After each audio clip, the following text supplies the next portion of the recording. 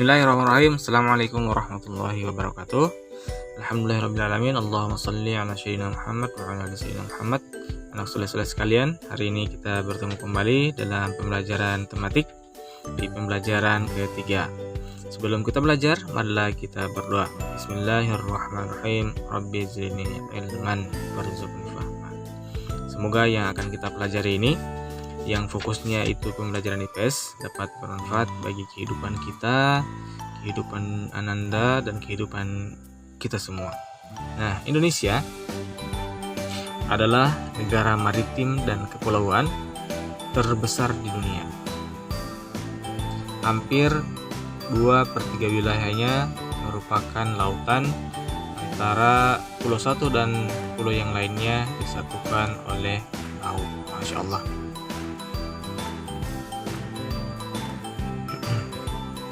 Kondisi geografis Indonesia sebagai negara maritim dan kepulauan menyimpan potensi yang besar dalam berbagai bidang, seperti di bidang ekonomi, sosial, budaya, dan juga transportasi. Potensi-potensi tersebut dapat menjadi modal yang penting dalam pembangunan nasional guna mewujudkan kesejahteraan masyarakat Indonesia tentunya, anak soleh-soleh sekalian. Nah, tentu kondisi ini dapat berpengaruh terhadap kehidupan ekonomi masyarakat. Nah, pengaruh kondisi geografi Indonesia sebagai negara maritim terhadap kehidupan ekonomi masyarakat. Nah, kondisi geografis sebagai negara maritim dan kepulauan membawa banyak keuntungan bagi bangsa Indonesia tentunya.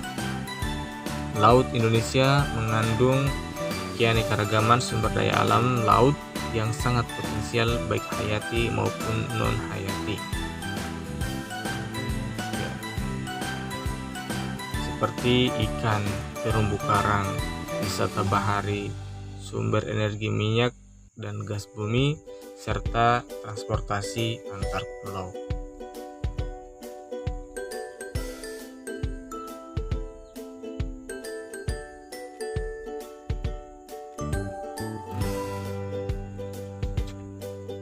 Pengaruh kondisi geografis Indonesia sebagai negara maritim terhadap kehidupan ekonomi masyarakat. Nah, ini bisa kita lihat juga jenis-jenis pekerjaan yang berkaitan dengan pemanfaatan laut. Ada nelayan, petani garam, petani rumput laut, pedagang ikan, pembuat souvenir hasil laut, pemandu wisata, tour guide adalah kota kapal, dan penambang minyak bumi. Masya Allah. Anda juga bisa mendapatkan jenis-jenis pekerjaan yang berhubungan dengan laut yang lain tentunya.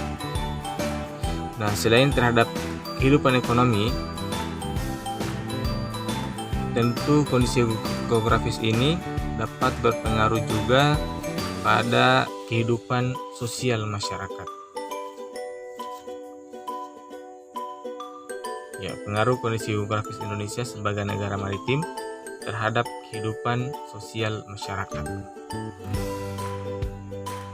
Nah, sebagai negara maritim dan kepulauan yang berbeda di antara benua Australia dan Asia, membawa pengaruh terhadap kehidupan sosial budaya bangsa Indonesia. Hal ini bisa terjadi karena dengan posisi tersebut menyebabkan Indonesia menjadi jalur perdagangan dunia. Hal ini membuat banyak pedagang dari berbagai negara di seluruh belahan bumi akan melewati dan mampir ke Indonesia.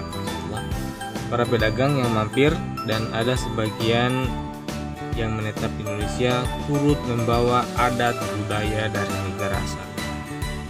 Nah, lambat laun adat budaya yang dibawa tersebut akan berbaur, bercampur, bahkan melebur dengan adat budaya asli Indonesia.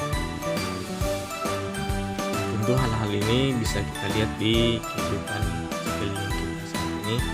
Selanjutnya, pengaruh kondisi geografis Indonesia sebagai negara maritim terhadap kehidupan sosial masyarakat juga berdampak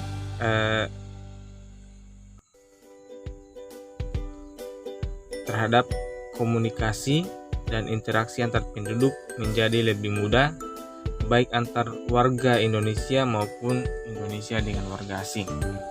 Selanjutnya, terjadi pembauran, pencampuran, dan peleburan nilai-nilai antar pulau dan antar negara, serta munculnya perkampungan etnis tertentu seperti pecinaan dan kampung Arab. Terjadinya perubahan perilaku masyarakat karena pengaruh masuknya pola dan nilai perilaku dari pulau, daerah, maupun negara lain. Terjadinya perpindahan ilmu pengetahuan dan teknologi.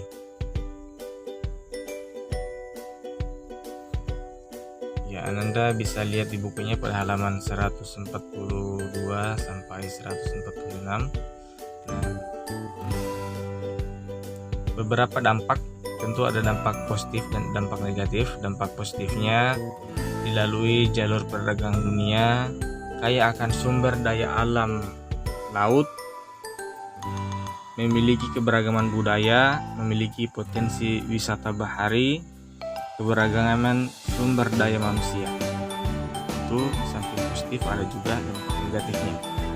Tidak meratanya potensi alam, ini salah satu dampak negatifnya. Selanjutnya, tidak meratanya pembangunan dan pemerataan hasil-hasilnya, sulitnya pengawasan wilayah karena mungkin terlalu luas, rawan terjadi konflik kedaerahan, masuknya budaya asing yang tidak sesuai dengan budaya Indonesia. Nah, tentu ini kita sudah bisa melihat di lingkungan kita atau di TV seperti apa kira-kira.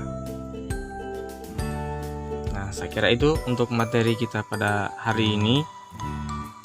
Adapun tugas Ananda selanjutnya ada 4 nomor.